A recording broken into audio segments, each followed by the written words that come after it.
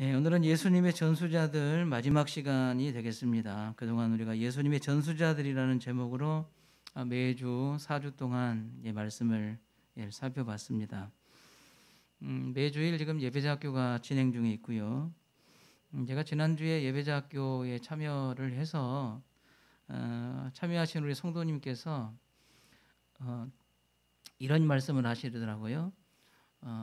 우리 교회가 예배자학교를 하는 것은 우리 다시교회 성도들을 예수님의 전수자들로 만들기 위한 것이다.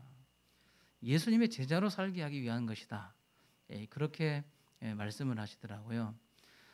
제가 참 울컥하는 감동을 제가 받았어요. 너무 감사하고 또 한편으로는 하나님께서 이 일에 수고하고 마음 쓰고 또 염려하고 기도하는 저를 위한 그런 위로가 아닌가 이런 생각이 들 정도로 힘이 나고 참 좋았습니다. 사랑하는 우리 다시교회 성도 여러분, 누가 예수님의 제자입니까? 여러분, 어떤 사람이 예수님의 전수자로 살아가겠습니까?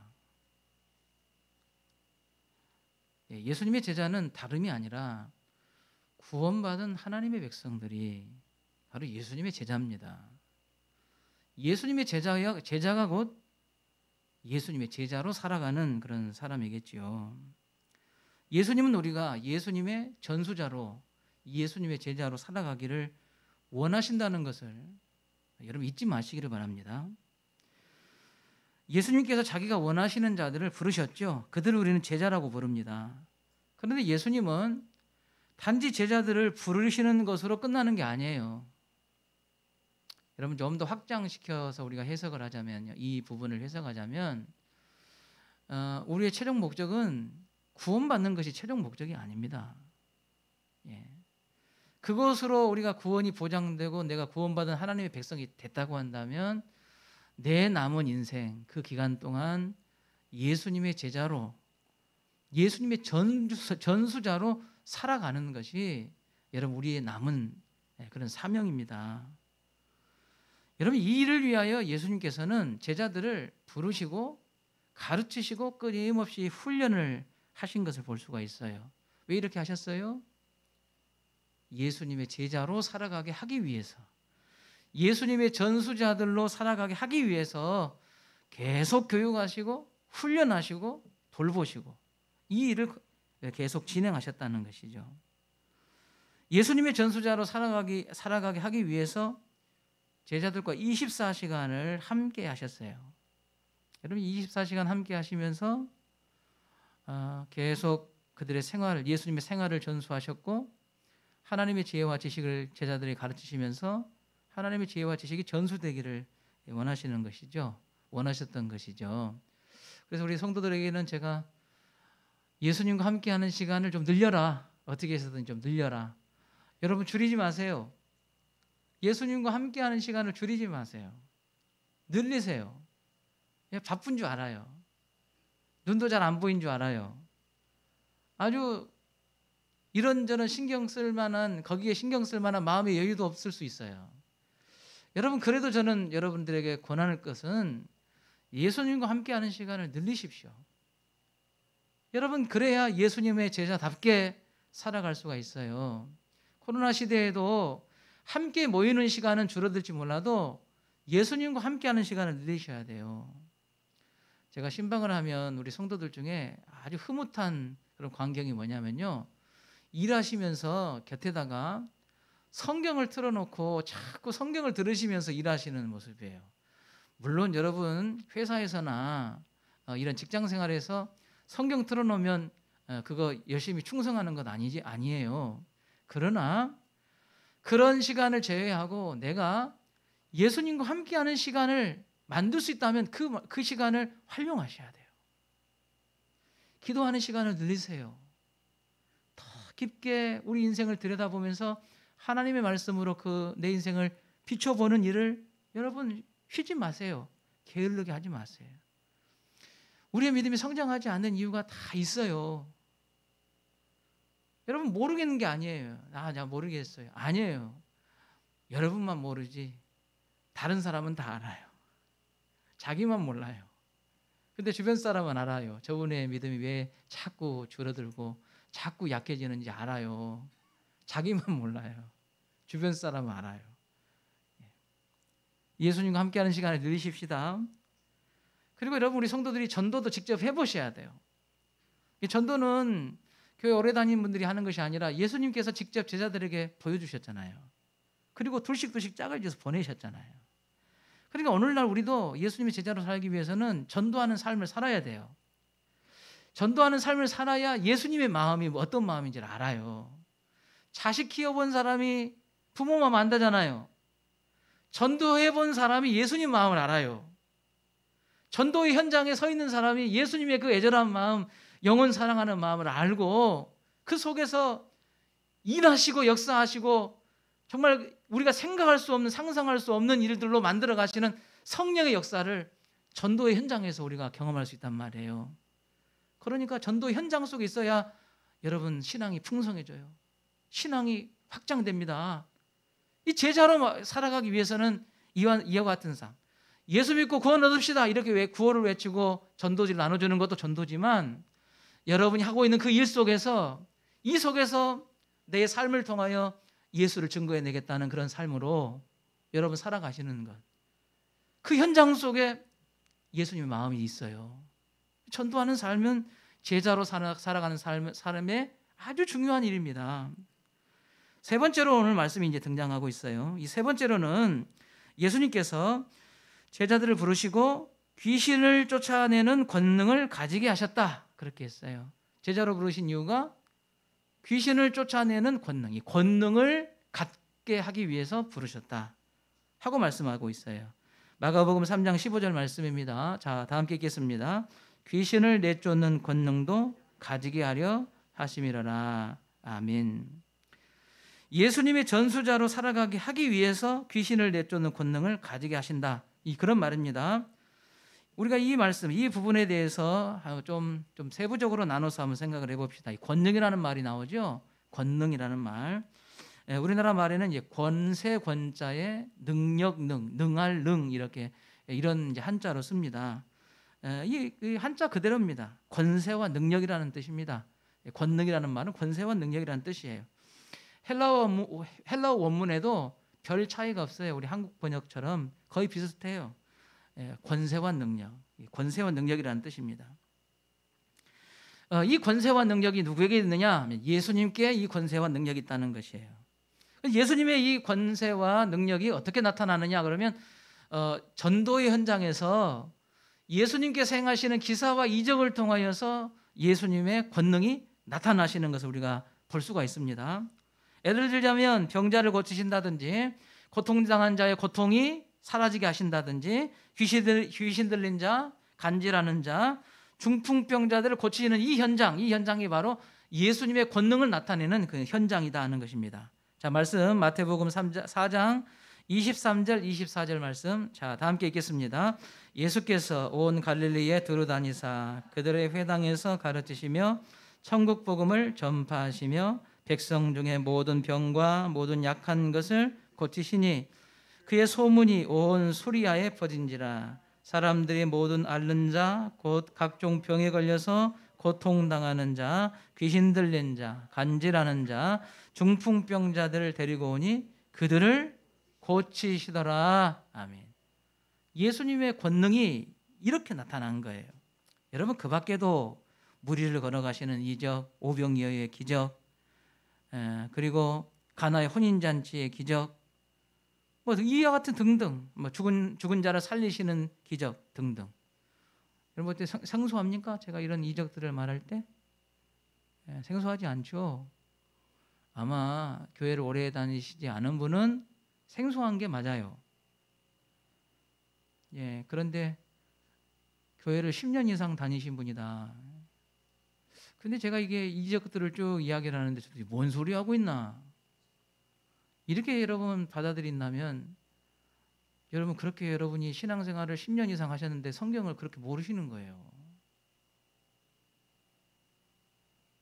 1년이면 52주를 예배를 드리는데, 최소한 52주 예배를 드리시는데 그 52주를 10년 동안 하셨는데 최소한 이 과정에 설교 안에 오병이의 기적, 마가의 다락방 뭐 별별 기적들이 다 나오는데 목사님이 설교 중에 이런 이야기를 하는데 저게 뭔 소린고 하고 있다면 참 안타까운 일이에요. 그만큼 우리가 하나님의 말씀을 가까이 하지 않는 그런 증거이기도 하거든요. 성경은 이런 예수님의 이적 말고도 성경에 기록되지 않은 엄청나게 많은 이적이 있었다는 것을 말씀하고 있어요. 얼마나 많은가 하면 그것을 책에 기록해서 보존하려면 그 책을 쌓아둘 곳이 없을 정도로 많다 그랬어요. 여러분, 이 몇 가지의 이적을 제가 말씀드렸지만 이 사복음서 안에 이 말씀이 그 이적들이 기록되어 있잖아요. 근데 이 책 말고 그런 내용들이 다 일일이 낱낱이 기록해가지고 보관해 놓으면 이 땅에 보관할 곳이 없을 정도로 많다는 거예요. 예수님의 권능이 그렇다는 겁니다. 이런 이 권능, 예수님의 권능에 대한 이야기를 들을 때 예수님이 믿어지지 않는 사람들은 지어낸 이야기처럼 들읍니다. 다 이게 지어낸 이야기예요. 소설 같은 이야기로 듣는 것이죠. 그러나 다 그렇게 듣지는 않습니다. 예수님이 나의 구원자로 믿어지는 성도는 이 모든 기사와 이적이 예수님이니까 가능하시다 하고 예수님을 인정하게 됩니다. 그분을 높이게 돼요. 예수님이니까 그것은 불가능한 것이 아니라 가능한 거예요. 인간은 그건 가능한 게 아니에요. 인간은 할 수 없는 것이에요. 그러나 예수님은 인간이 아니시고 온전한 하나님이시기 때문에 이 모든 일들이 예수님은 힘든 것이 아니라 당연한 것이고 일상이고 얼마든지 가능하신 거예요. 그보다 더 큰 일을 행하시는 것이죠. 예수님께서 이와 같이 기사와 이적을 행하신 목적이 있어요. 이 분명한 목적이에요. 그 목적은 뭐냐면 예수님을 구원자로 믿도록 하기 위한 것이에요. 기사와 이적의 목적, 권능의 목적은 그 권능 자체에 있는 것이 아니라 그 권능을 통하여 예수님을 구원자로 믿게 하기 위한 것입니다. 목회하는 현장에서 질병으로 고통하는 분들이 병원에서 치료받아도 해결하지 못하는 문제를 온 성도들이 기도하고 믿음으로 선포할 때 질병이 낫는 일들을 우리가 봅니다. 그뿐 아니라 여러분 인생에서 자식 문제로 여러분 인생에 찾아온 많은 문제들 때문에 교회에 나와서 하나님 의지하고 예수님 의지하는 그런 성도들이 있어요. 그런데 그렇게 절박하고 힘든 일이 해결이 돼요. 예수를 믿었더니 해결이 되는 거예요. 마음의 평안이 찾아와요. 살아갈 이유가 막 생기는 거예요. 용기가 생겨요. 얼마나 좋습니까? 그런데요, 너무나 안타까운 것은 그런 일들이 끝나고 난 다음에, 그런 일을 경험하고 난 다음에 하나 둘씩 예수님을 떠나가는 사람들이 참 많아요. 예수님께서 여러분들에게 인생 중에 그와 같은 놀라운 일들을 행하시는 것은 단지 그것 때문에 내가 기뻐하고 고통이 사라지고 질병이 치료된다, 이것이 목적이 아니라 그 일을 통하여 우리가 예수를 믿는 자가 되기를 원하시는 거예요. 여러분, 그 사건을 통해서 예수를 믿는 자로 나가셔야 되는 거죠. 더 한 걸음 더 나가셔야 되는 거예요. 병만 고치고 끝나는 게 아니에요. 여러분, 구원받는 자로 끝나는 것이 아니라 예수를 온전히 믿는 자로 우리가 살아가기를 원하시는 것입니다. 예수님께서 세상에 오셔서 권능을 행하신 목적은 예수 그리스도를 믿게 하기 위한 하나의 조치였습니다. 우리 두 번째로 생각해 볼 것은 이런 권능을 누구도 가지게 하셨다는 것입니까? 네, 제자들도 가지게 하려 하셨다, 이렇게 말씀하고 있어요. 예수님은 이런 권능이 제자들에게도 있기를 원하셨습니다. 하나님이신 예수님이 권능을 행하시는 것은 그건 당연해 보여요. 그러나 예수님의 제자들이 권능을 행하시는 것은 이게 쉬운 일이 아닌 것 같아 보이는 거죠. 하나님이신 예수님은 가능하지만 제자들, 인간 제자는 이거 도대체 이게 권능을 행한다는 게 가능하겠나? 이건 마치 무슨 초능력을 쓰는 것 같은 거 아닌가? 그런 생각이 더 우리가 더 이해가 빠르지 않겠어요? 종종 영화에서는 하늘을 날아다니는 일이 일어나요. 여러분, 영화에서는 뭐 어떤 이 공간에 있다가 저 공간으로 막 순간 이동을 한다는 이런 일들이 영화에서는 여러분 가능하잖아요. 상처 나거나 뼈가 부러진 그런 사람들 영화에 보니까 거기다 손을 대니까 막 손에서 막 빛이 나더니 막 치료가 막 상처가 막 붓고 뼈가 맞춰지고 막 이런 일들이 일어나더라고요. 막 이것도 여러분 과거 시간으로 현재가 아니라 지나간 시간으로 막 돌아가요. 그래서 그 시간에 100년 전으로 돌아가서 막 역사를 바꿔요. 이런 일이 어디에서 가능해요? 영화에서는 가능한 일이에요. 그런데 영화에서나 가능한 일이 예수님에게서는 여전히 일어나고 있는 거예요. 성경에서. 여러분, 우리가 2000년 전에 대한민국이 아니라 이스라엘 땅에서 태어났다고 해봐요. 그럼 예수님 봤겠죠. 엄청나게 많은 사람들이 예수님을 따라다녔던 것, 그 틈에 여러분이 제가 있을 수 있어요. 종자가 막 치유되고 기적이 일어나는 걸 내 눈으로 본 거예요. 여러분 어떻게 했어요? 와, 나 흥분해서 집에를 못 갈 것 같아. 흥분해서 집에를 못 가. 아마 못 본 사람한테 내가 봤다니까. 그 옆 동네 사는 누구가 나왔다니까. 내가 봤다니까. 에이, 거짓말하지 마라. 미치겠네. 내가 봤다니까. 술 먹었냐? 아이고 나 미치겠네 이거. 이런 일이 실제 2000년 전에 일어난 거예요. 여러분, 이게 성경에만 기록된 게 아니라 유대 역사가의 역사 속에 예수님의 이 사건이 기록되어 있어요. 실제로. 그러나 그 역사는 크게 다루지 않았죠. 예수를 믿지 않으니까. 이 영화 같은 일이 실제로 제자들에게도 일어났어요.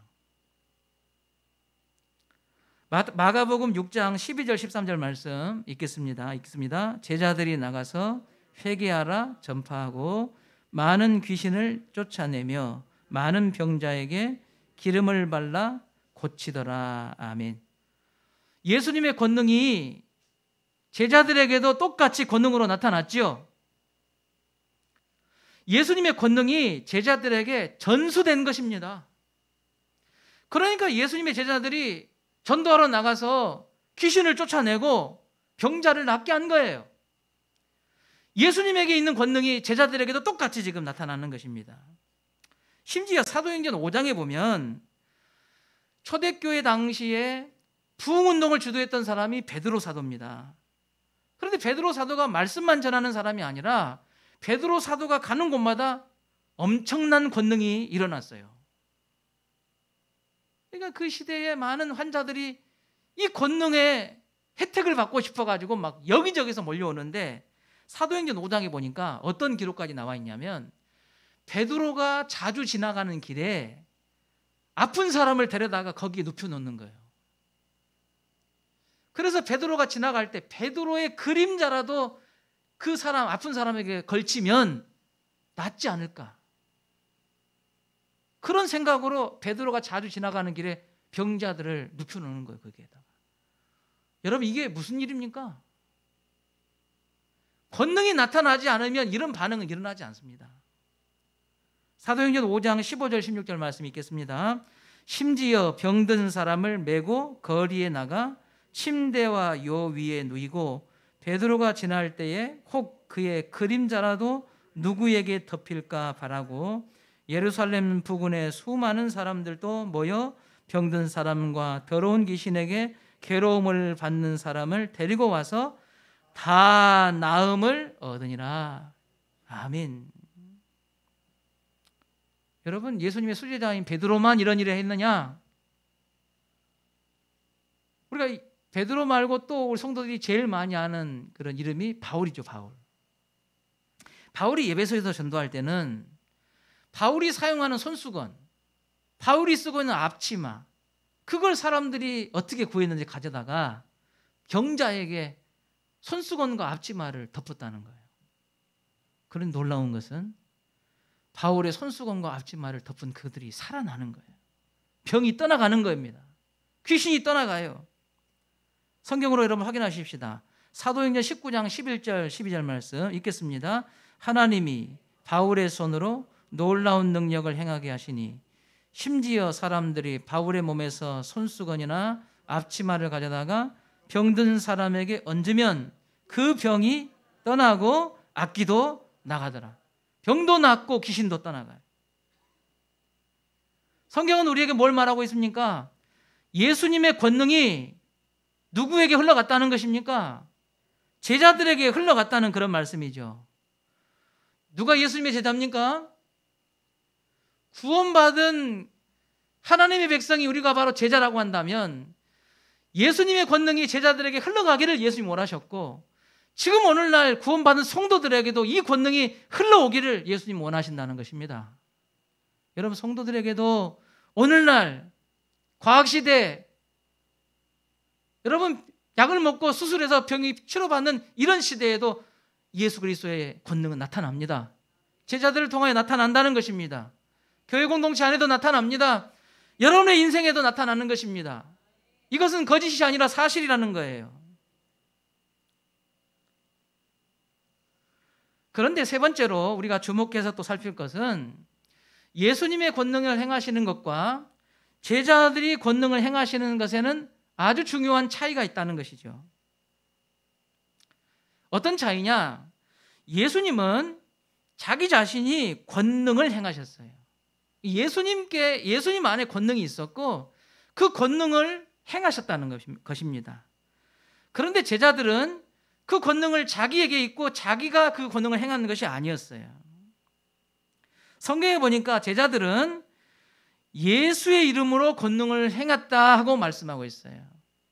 여러분, 이 제자들이 베드로가 바울이 병자들, 귀신 들린 사람을 가르쳐서 병이 나아라, 귀신은 떠나가라, 이렇게 말하지 않았습니다. 성경에 보면 분명하게 주의 이름으로, 나사렛 예수 그리스도의 이름으로 그들은 병자를 향하여 선포했어요. 귀신 들린 사람을 선포했습니다. 상에서. 그랬더니 능력이 나타난 것입니다. 권능이 나타나게 된 것입니다. 누가복음 10장 17절 말씀을 보십시다. 자, 다 함께 읽겠습니다. 70인이 기뻐하며 돌아와 이르되 주여, 주의 이름이면 귀신들도 우리에게 항복하더이다. 아멘. 자, 이 말씀은 둘씩 짝을 지어서 예수님께서 제자들을 전도하러 보내셨죠. 그리고 전도가 끝나서 돌아와서는 전도에 관한 보고를 하는 것입니다. 제자들이 뭐라고 보고하고 있어요? 귀신도 항복하더이다. 우리가 갔더니 우리가 가는 길 앞에 있는 귀신도 항복해서 떠나가더이다. 이렇게 보고를 했어요. 자, 그런데 그 귀신이 누구의 이름 앞에 항복했다고 했습니까? 주의 이름이면. 주의 이름이면. 예수님은 권능의 주체이시지만 제자들은 그 권능의 주체이신 예수님의 이름을 앞세워서 권능을 행했다는 것입니다. 이게 아주 큰 차이입니다. 주의 이름으로입니다. 주의 이름으로. 여러분, 우리에게 어떠한 능력이 나간 것이 아닙니다. 우리가 선포한 그 예수 그리스도의 이름 속에 권능이 있었고 그 권능이 선포되는 곳에 여러분 권능이 나타나게 된 것입니다. 제자들이 행하는 것이 아니에요. 여러분, 우리가 함께 병자를 위하여, 어려움 당한 이웃을 위하여 기도하고 또 권능을 행할 때 우리가 처음에 이런 일들이 일어나면 얼마나 놀라워요. 우리 목회 현장에서 이런 일들을 많이 봅니다. 실제로 이런 일을 낱낱이 여러분들에게 이야기를 하자면 제가 그냥 믿음이 좋은 사람처럼 보일까 봐 제가 많이 자제를 합니다만은 우리 성도들에게, 여러분 성도들 인생 속에 이런 간증들은 너무나 많아요. 그런데 우리가 이 예수님의 이름으로 하다 이 권능을 행하다가 귀신을 쫓아내고 때로는 질병이 떠나가고 막 이런 일들이 일어나요. 그런데 어느 순간부터인가 우리에게 좋지 않은 일들이 일어나요. 어떤 일이냐 하면 예수의 이름은 온데간데 없고 마치 그와 같은 기적이 나에게서 흘러나온 것처럼 우리가 그 사실을 망각해버리는 거예요. 그러다가 어떤 일이 벌어지는 거예요? 곁길로 가기 시작해요. 믿음에서 떠나기 시작합니다. 그래서 여러분, 성경은 제자들의 이 권능을 보십시오. 그들은 결코 자기의 이름이나 자기의 능력으로 권능을 행한 것이 한 번도 없어요. 예수의 이름이 그 권능의 주체였습니다. 힘이었다는 것입니다. 사도행전 3장 6절 말씀을 보십시오. 우리가 잘 아는 말씀이거든요. 사도행전 3장 6절 말씀 읽겠습니다. 베드로가 이르되 은과 금은 내게 없거니와 내게 있는 이것을 네게 주노니 나사렛 예수 그리스도의 이름으로 일어나 걸으라 하고. 여러분, 누구 이름으로 일어나 걸으라고 말씀하셨습니까? 나사렛 예수 그리스도의 이름으로. 제자들이나 사도들이나 권능을 행할 때 그들의 권세와 능력으로 권능을 행한 것이 결코 한 번도 없어요. 예수의 이름으로 한 것입니다. 예수의 이름으로. 모든 권능의 원천은 예수님께서 나온다는 것입니다. 제자들이 그곳에서 예수님의 이름을 선포할 때 예수님은 시간과 공간을 초월하여 예수의 이름이 믿음으로 선포된 그곳에서 권능을 행하시는 거예요. 예수님께서 행하신 것입니다. 예수님께서 3년 공생애를 통해서 제자들에게 예수님의 권세와 능력을 보여주셨고, 제자들은 예수님의 권세와 능력을 통해서, 여러분, 권세와 능력, 이 권능의 결론, 끝은 뭐라고요? 믿어져야 된다는 거예요. 믿어져야 돼. 믿어져야 돼요. 여러분, 제자들이 3년 동안 예수님 24시간 함께 동행하면서 죽은 자를 살리고 무리를 걸어가고 오병이어의 기적, 이 모든 현장에 지금 다 본 거예요. 여러분, 이게 평생 진짜 일어날까 말까 하는 일들을 예수님 따라다니면서 일상처럼 매일매일 본 거예요. 그럼 제자들이 그 광경을 다 보고 지금 들으면서 느끼면서 머릿속에 무슨 생각이 들어가겠어요? 저는 아마 제가 그 자리에 있었으면 예수님이면 되네. 예수님이면 되네. 예수님이 진짜 구원자시다. 더 말할 필요도 없다. 예수님이니까 가능한 거다 하고 예수님에 대한 분명한 확신을, 예수님의 권능을 행하는 것을 보면서 그들이 마음에 확인했다는 거예요. 그 마음속에. 여러분, 그러니까 예수 이름을 부르는 거예요, 그들이.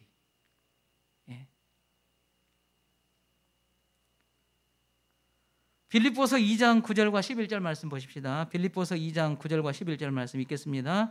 이름으로 하나님이 그를 지극히 높여 모든 이름 위에 뛰어난 이름을 주사 하늘에 있는 자들과 땅에 있는 자들과 땅 아래에 있는 자들로 모든 무릎을 예수의 이름에 꿇게 하시고 모든 입으로 예수 그리스도를 주라 시인하며 하나님 아버지께 영광을 돌리게 하셨느니라. 아멘. 여러분, 믿음의 원리는 이 세상 어떤 이름보다 뛰어난 이름이 바로 예수의 이름이에요. 예수 그분이십니다.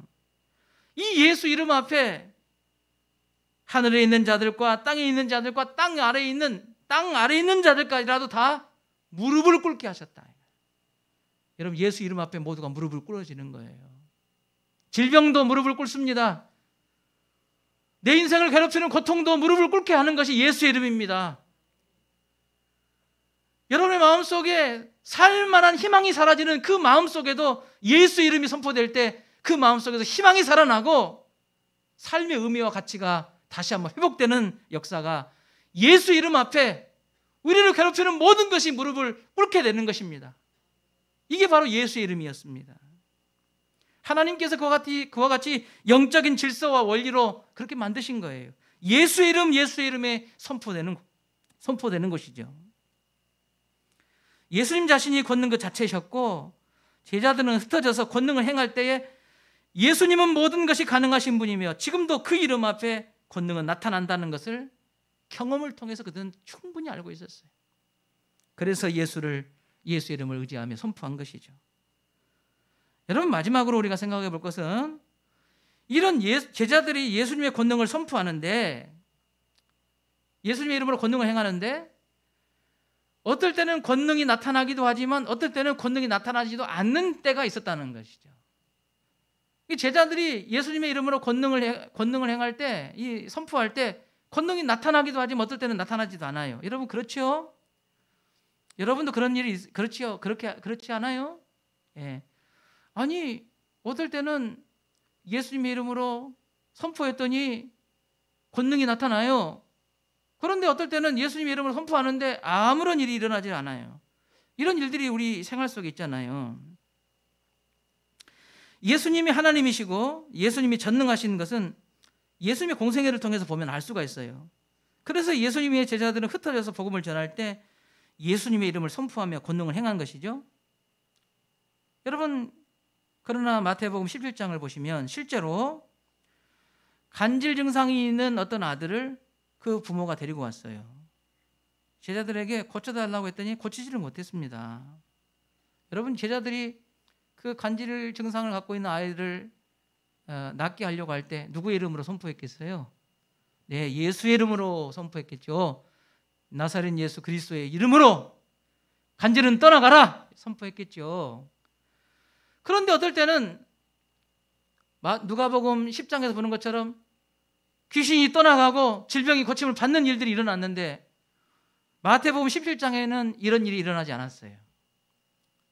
예수님께서 돌아오셔서 그 광경을 쭉 보시니까 제자들이 고치지 못해가지고 권능을 행하지 못해가지고 지금 그런 상황이 있는 거예요. 그때 예수님께서 이 간질병, 간질 증상이 나타나는 아이를 향해서 간질아 떠나가라 이렇게 하신 것이 아니라 성경 보시면 귀신을 떠나가라, 이게 귀신아 떠나가라 이렇게 말씀하셨어요. 그러니까 여러분 무슨 말이냐면 귀신이 능력을 행해서 간질 증상이 나타난 거예요. 그러니까 그 본체는 뭐였어요? 질병이 아니라 귀신의 역사였다 그 말이에요. 예? 여러분 이걸 우리 성도들이 잘 보셔야 돼요. 우리 성도들이. 여러분 귀신의 역사는 뭐냐면 귀신의 역사는 하나님과 여러분의 관계를 끊어놓는 것이 귀신의 역사의 목표예요. 마귀 역사의 목표입니다. 여러분 마귀는 하나님과 여러분과의 관계를 끊어놓기 위해서 여러분을 축복할 수도 있어요. 왜? 그게 그 사람한테는 오히려 복을 주는 것이 하나님 잊어버리게 하는 기회가 되니까.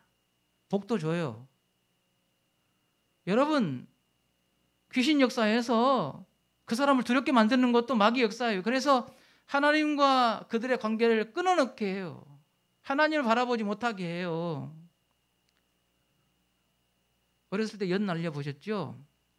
연 날리면 얼마나 마음이 편안해진지 몰라요. 해보셨죠? 누워서 친구들하고 하늘 쳐다보고 연 쳐다보고 있으면 시간 가는 줄 모르고 봤거든요. 얼마나 재미있고 신기한지 몰라요. 여러분 해보셨죠? 막 편지 보낸다고 침 묻혀가지고 날려보내고 무슨 편지는 뭐 없는 편지요. 그냥 좋다고 보내고 막 즐거워했다고요. 근데요, 그렇게 시간 간지를 모르고 시간을 보냈던 그 연도요 끈떨어지니까 아무 쓸데없어요. 여러분 마귀가 하나님의 형상대로 창조받은 인간을 가장 맥없이 만드는 건 그 끈을 떨어뜨리는 거예요. 단절시키는 거예요.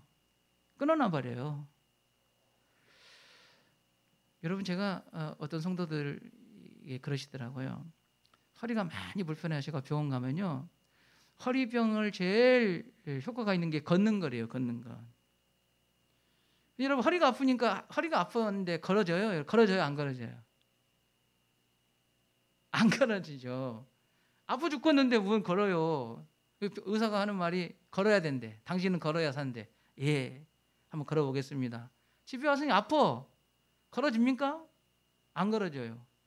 근데요 의사 선생님이 그렇게 이야기하더라고요. 당신 걸어야 됩니다 하고 뭐라고 이야기하면 주사를 맞고서라도 걸으세요. 진통제를 먹고서라도 걸으세요. 그렇게 하더라고요. 근데 걸을 때마다 허리가 아프고 끊어질 것 같고 막 저리고 하는데 주사라도 맞고 또 오늘 또 나가서 걷는 사람은요 회복이 돼요. 약이라도 먹고 버티는 사람은 회복이 됩니다. 제가 왜 이 말씀을 여러분 왜 하냐면요 우리가 하나님과 더 간절히 붙어 있게 만드는 것이 여러분의 인생을 회복하는 길이고 살 길이에요. 그런데 여러분 이게 잘 됩니까? 안 돼요.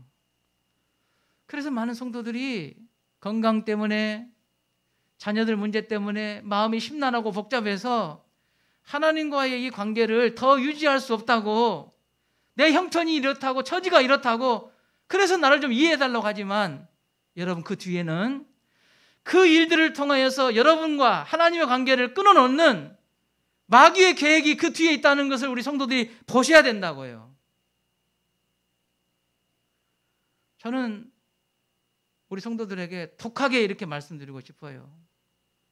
주사 맞고라도 예배에 앉아 계세요. 잠이 오면 잠 안 오는 약을 먹더라도 기도하세요. 그 약을 먹고서라도요. 그게 여러분 사는 거예요. 말씀을 볼 시간이 없다면 여러분 다른 여러분 중요한 시간 줄여서라도 여러분 말씀을 보세요. 마귀는 여러분을 끊임없이 그 관계를 끊어놓으려고 별별 수를 다 쓰는 거예요.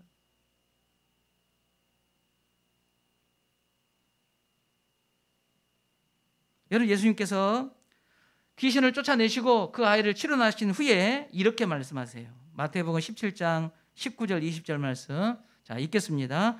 이때의 제자들이 조용히 예수께 나와 이르되 우리는 어찌하여 쫓아내지 못하였나이까? 이르시되 너희 믿음이 작은 까닭이니라.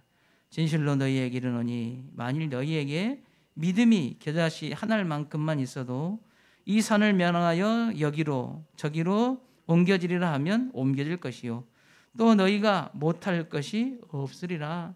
아멘.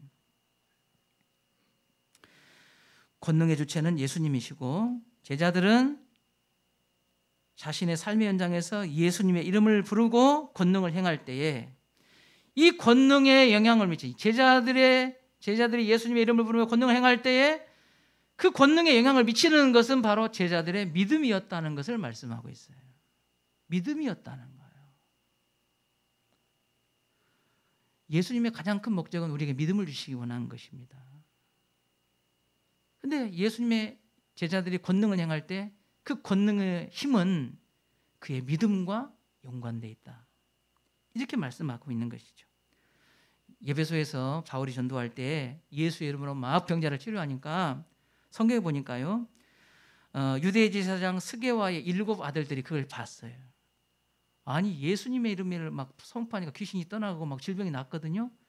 야, 비결이 뭐냐? 저나 바울이나 저거나 나나 똑같은 인간인데 저것은 왜 막 귀신이 떠나가고 질병이 낫냐? 가만히 보니까 예수 이름을 하는 거예요. 그래서 이 스게와의 7 아들이 예수 이름이 그 비결이구나 한 거예요. 그래서는 귀신 들린 사람한테 찾아갔어요.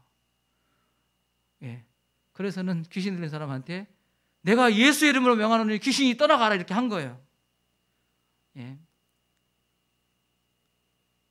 여러분 이 사건이 지금 일어났어요. 근데요, 귀신이 하는 말이 야 내가 예수도 알고 누구도 아는데 니는 도대체 누구냐 하고 달라들어가지고 깔아뭉개고 뒤지게 두드러 패버렸어요. 그 사람들을. 자, 바울도 예수님의 이름으로 권능을 행하고 스게와의 7 아들들도 예수님의 이름으로 권능을 행하려고 했습니다. 그런데 왜 바울에게는 권능이 나타나고 스게와의 7 아들들은 오히려 해코지를 당합니까? 차이가 뭡니까?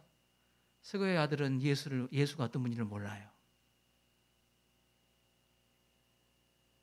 예수를 믿지 않는 사람들이에요. 믿지 않는 자가 그리스도의 이름을 선포할 때 능력이 나타나는 것이 아니라 믿는 자가 선포할 때 역사가 일어나는 것이죠. 믿음이었어요. 이게 믿음의 비결입니다. 예수님께서 제자들에게 권능을 많이 행하시고 보여주신 이유가 뭘까요? 그들에게 믿음을 주시기 위한 것이었어요. 그래서 그 믿음을 그대로 본 제자들이, 몸에 간직한 제자들이 병자를 향하여 예수의 이름을 선포할 때는 그 예수의 이름에 선포된 그 이름 속에 그의 믿음이 거기에 들어가 있다는 거예요. 예수는 가능하다. 예수는 죽은 자를 살렸다. 내가 봤다. 그 이름이면 된다 하는 믿음으로 그들이 예수의 이름, 나사렛 예수 그리스도의 이름을 선포할 때 권능이 나타나게 된 것입니다. 말씀을 마치겠습니다. 여러분, 우리 어른들도 잘 하는 게임인데 이렇게 판 뒤집기 게임이라는 게 있어요. 여러분 해보셨을 거예요. 파란색, 빨간색 양면이 빨간색, 파란색으로 색깔이 칠해져 있는데 이걸 이제 막 바닥에 뿌려놔요. 그러면 이 사람은 빨간 팀, 저 사람은 파란 팀 이렇게 나누죠. 그래서 빨간 팀은 무슨 색깔을 뒤집어야 돼요? 갑자기 헷갈리려고 그러죠? 뭔 색깔이 많이 나오게 해야 돼요? 빨간 색깔이 나오게 해야 되니까 둘러보다가 파란 색깔이 있으면 무조건 가서 뒤집어야 돼. 막 어떤 사람은 뒤집어 놓고 발로 밟아서 못 뒤집게 하려고 막 궁뎅이도 차고 막 난립니다. 근데 참 희한한 거예요. 이게 딱 뒤집어 놓잖아요. 금세 누가 뽀로로 하고 딱 내가 뒤집어 놓는 거 또 지가 뒤집어 놔버려. 예, 그거 해보셨죠? 선물 받은 것만 기억나신가요? 그거 게임하면 우리 어른들이요, 애들같이 천진하게 애들처럼 돌아가가지고 막 얼마나 깔깔거리고 즐거워하시는지 몰라요. 참 보기 좋더라고요. 저는 예수님께서 제자들을 둘씩 보내시고 그 전도복을 받으실 때 제자들이 예수님께 예수님 주의 이름으로 귀신도 우리에게 항복하더이다 그렇게 보고를 했어요. 그런데 그 보고하는 그 소리를 듣고 예수님께서 이런 말씀을 하시죠. 누가복음 10장 18절 말씀에서 예수께서 이르시되 사단이 하늘로부터 번개같이 떨어지는 것을 내가 보았노라. 예수님 제자들이 흩어져서 예수 이름으로 병자를 고치고 귀신을 떠나가 하는데 제자들은 뭘 봤어요? 고쳐지는 환자, 귀신이 떠나간 그걸 봤어요. 그런데 그들이 보지 못한 게 있어요. 그런데 예수님 본 것이 있어요. 예수님 보셨죠. 뭘 보셨어요? 사단이 하늘로부터 땅으로 떨어지는 것을, 번개같이 떨어지는 것을 봤어요. 여러분, 자, 이 모습이 뭘 상징하고 있냐면요, 마귀가 졌다는 것이에요. 너희가 가서 예수의 이름을 가지고 권능을 행할 때 마귀가 틀어잡고 있는 모든 힘이 다 끊어져 버렸다. 그들은 졌다. 예수 이름 앞에 그들은 곤두박질 쳤다. 그 말이에요. 그러니까 여러분 이런 상상을 해보세요. 제자들이 예수님의 전수자들로 동네에 들어가서 그들은 그동안에 사단이 뒤집어 놓는 붉은색 판에 다 인생을 거기서 살았어요. 근데 제자들이 들어가서 예수 이름으로 그 판을 뒤집기 시작한 거예요. 빨간색 판을 파란색으로 막 뒤집은 거예요. 생명의 색깔로 막 뒤집은 거예요. 그런데 그 뒤에 또 마귀들이 또 와서 씨를 뿌리면서 또 뒤집어 놓은 것을 또 빨간색으로 바꿔놓는 일들이 반복됐죠. 그러나 예수의 전수자들이 예수의 이름을 가지고 나아가면서 그 빨간색을 다 파란색으로 판을 뒤집는 역사가 예수님의 제자들을 통하여 일어난 것입니다. 저는 예수님의 전수자들을 세상의 판을 바꾸는 사람들이라고 생각합니다. 예수의 이름으로 여러분의 인생의 판이 바꿔질 것입니다. 예수의 이름이면 여러분 자녀들의 인생의 판이 바꿔지게 될 것이에요. 예수의 이름이 여러분 마음 가운데 선포될 때 여러분의 마음의 판도 바꿔집니다. 어둠의 권세가 아니라 생명의 판으로 바꿔지는 것입니다. 질병으로 고통당할지 몰라도 예수 이름 앞에 영원 구원의 생명으로 여러분의 인생의 판이 바꿔집니다. 우리는 판을 바꾸는 사람이에요. 교회 공동체 안에도 어둠의 권세는 있습니다. 예수의 이름은 이 판을 바꿀 것입니다. 여러분 세상을 보십시오. 얼마나 어둠의 권세가 하나님과 우리의 관계를 끊어놓기 위해서 얼마나 집요하게 세상을 잠식하고 있는지 몰라요. TV를 켜보십시오. 넘쳐난 것이 사단의 권세들입니다. 이때 그리스도의 제자들, 예수님의 전수자들은 그곳에 들어가서 판을 바꾸는 것이죠. 예수의 이름의 권세로 판을 바꾸는 것입니다. 그것이 바로 저와 여러분의 주어진 사명이에요. 저는 우리 다시교회 성도들을 통해서 다시 지역의 판이 바꿔지기를 바랍니다. 이 지역의 판이 바꿔졌으면 좋겠어요. 예수의 이름이 통치하는 판으로 새롭게 바꿔지기를 바랍니다. 구원받은 성도가 예수님의 제자입니다. 이 세상에서 예수님의 제자로 살아가는 자임을 여러분 분명히 하시기 바랍니다. 예수님과 24시간 함께 하십시오. 예수님을 알아가십시오. 전도는 특별한 사람이 하는 것이 아니라 예수님이 제자가 예수님을 닮아가기 위한 좋은 교훈입니다. 가르침입니다. 예수만이 구원자 되심을 믿음으로 선포할 때 마귀 권세는 떠나고 예수 그리스도의 통치가 교회 위에, 여러분 가정 위에, 여러분이 발로 밟는 모든 곳에 여러분 이루어지게 될 것입니다. 여러분 한번 받아가겠습니다. 내가 예수님의 제자입니다. 가슴에 손을 얹고 다시 한번 받아합시다. 내가 예수님의 제자입니다. 눈을 감고 진심을 담아서 오늘 말씀을 담아서 내가 예수님의 제자입니다. 하나님 아버지, 나를 통하여 세상이 변화되게 하옵소서. 내 힘이 아닙니다. 내 경험도 아니고 지식도 아니고 생명 되신 예수님의 이름이 나를 통하여 흘러갈 때 세상이 바뀌어지게 될 것입니다. 우리 가정이 바뀌어지게 될 것입니다. 어둠의 권세에 눌려서 그 종으로 쓰임받던 자들이 귀신이 떠나가고 새롭게 되는 역사가 있게 될 것입니다. 우리의 마음속에는 불안과 염려와 근심이 하나님의 통치를 통하여서 새롭게 바꿔지게 될 것입니다. 예수의 이름을 선포하고 예수의 이름을 의지하는 우리 성도들, 모든 성도들 될 수 있도록 인도하여 주옵소서. 예수님 거룩하신 이름으로 기도드리옵나이다. 아멘. 자리에서 일어나셔서 찬양하겠습니다. 우리 보좌 앞에 모였네. 우리 보좌 앞에 모였네. 함께 주를 찬양하며 하나님의 사랑 그 아들 주셨네. 그의 피로 우리 구원받았네. 십자가에서 쏟으신 그 사랑 강같이 온 땅에 흘러 각 나라와 족속 백성 방언에서 구원받고 주 경배 드리네. 구원하심이 보좌에 앉으신 우리 하나님과 어린 양께 이도다. 구원하심이 보좌에 앉으신 우리 하나님과 어린 양께